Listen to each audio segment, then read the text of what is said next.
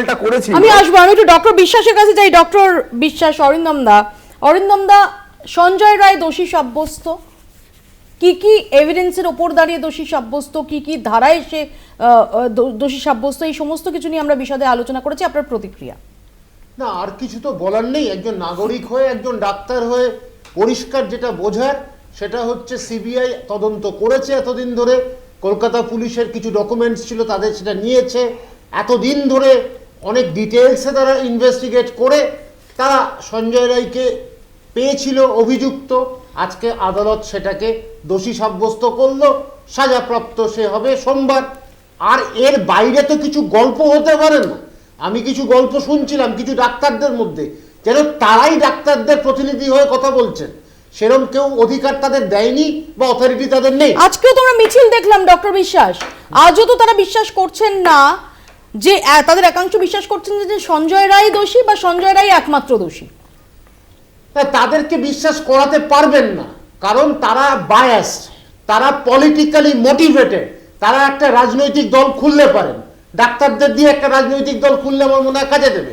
এইসব উল্টো পাল্টা না বকে আমার মনে হয় সে কাজটা করা দরকার। আর কেউ কেউ সিনেমার লাইনে চলে যেতে পারবেন, সিনেমা লাইনও তাদের জন্য খোলা আছে।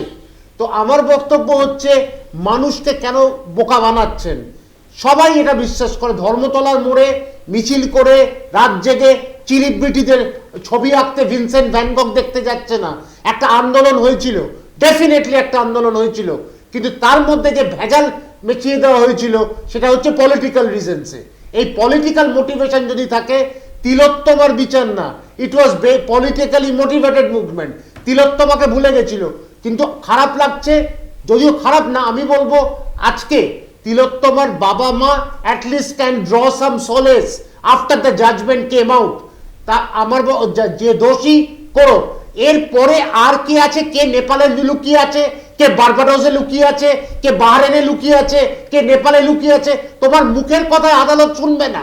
আমি শুনছিলাম যে বাবা মা বলছে সুপ্রিম কোর্ট কিছু করলো না। আরে সুপ্রিম কোর্ট কি করে করবে? সুপ্রিম প্রত্যেকটা আদালত ডকুমেন্টসের ওপর কাজ করে, মুখের কথায় না। তো আমার বক্তব্য, মুখে বলে হবে না ও লুকিয়ে আছে এখানে।